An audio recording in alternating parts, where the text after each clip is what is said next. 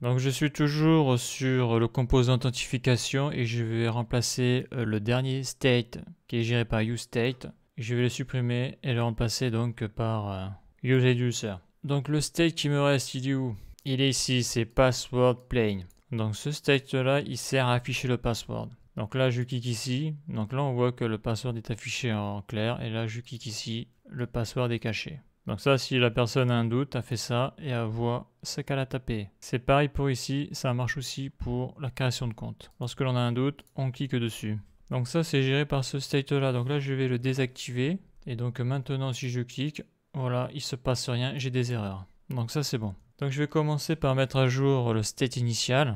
Donc je vais rajouter la key password plain, CTRL C. Donc là j'ai la fonction reducer, là j'ai le composant, et là j'ai le state initial. Je vais zoomer un peu, voilà, CTRL V, donc ça je le rajoute. Donc ça c'était le nom du state lorsqu'il était contrôlé par useState. Donc maintenant c'est une clé qui sera dans le state qui est authentication et qui est bien sûr contrôlé par le OQReducer avec sa fonction reducer et son state initial. Donc quelle est la valeur que j'ai mise? De base il a false. CTRL C, CTRL V. Voilà. Donc maintenant que le state initial a été mis à jour, il a été modifié pour prendre en compte ces nouvelles données, je vais pouvoir utiliser la fonction de dispatch. Donc là je sélectionne le set password plain, donc qui permet de mettre à jour le state lorsqu'il est contrôlé par useState. Là je fais CTRL F, je fais CTRL V et je vais le chercher. Donc on voit qu'il est ici.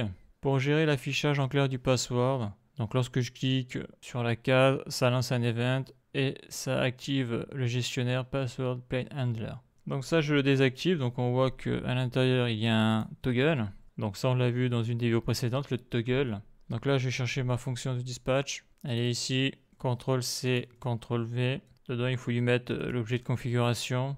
Donc le type, ça sera, eh bien il faut lui trouver un nom, donc je vais l'appeler display affichage password. Voilà. Et au niveau du payload, il n'y en a pas car tout va se faire dans le reducer vu que c'est un toggle. Donc maintenant que la fonction dispatch est bien mise, je vais pouvoir m'occuper du reducer.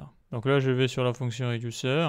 Donc pour le moment, je n'utilise pas de switch case, je le ferai après. Donc if, les accolades, voilà. Donc au niveau de l'action type, donc strictement égal, donc ça va être ça. Donc si l'action type est égal à display password, donc là après je vais mettre à jour le state, donc to return, donc là je fais une shadow copy du state, virgule, je vais aller chercher la clé qui est dans l'initial state, donc la clé c'est password plain, CTRL C, CTRL V, donc c'est cette clé là que je vais modifier, hein. C'est-à-dire je vais modifier la value de cette clé là, donc la value elle est ici, la clé elle est ici. Donc comme c'est un toggle, eh bien, je vais faire exactement la même chose qu'ici avec le toggle isLogin. Donc je vais faire state.passwordplain, donc ça c'est pour aller chercher la donnée qu'il y a dans le state. Donc lorsque tu lances la première fois le reducer, la fonction reducer, il a false. Et donc comme je veux le faire changer, c'est-à-dire que je veux le faire passer de false à true, j'utilise l'opérateur not. Donc là s'il a false, je le passe à true, et s'il a true, je le passe à false. Je fais exactement la même chose qu'ici. Donc ça c'est bon. Donc si je reviens ici, on voit que password plain, donc ça c'est le state, l'ancien state. Donc j'ignore en 288, 297 et 310. Donc si je vais en 288, on voit l'erreur, parce que ça c'est le nom de l'ancien state.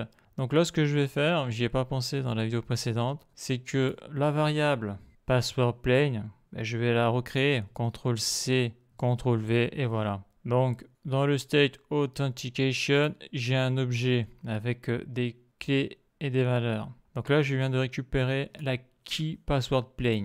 Je la transforme en variable et avec la destructoring syntax, la value qu'il y a dans la propriété qui est rattachée à password plain, et bien cette value va être attachée maintenant à la variable. D'ailleurs, je vais faire la même chose avec error, car error dans la vidéo précédente, j'avais fait ça.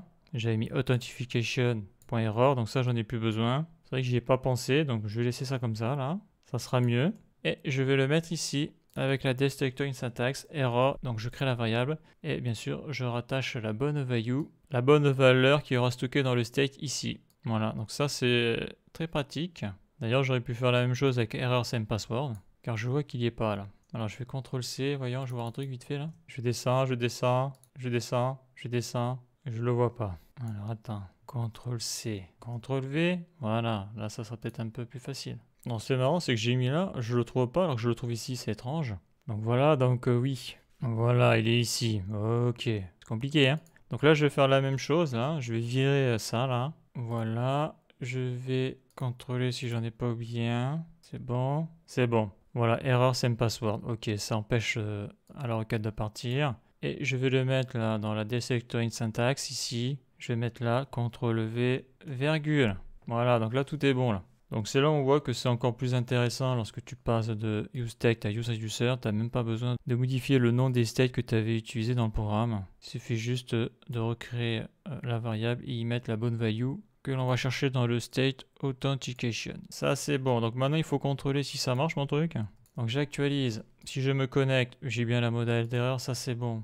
Donc moi ce que j'avais fait là c'est la modification de ça.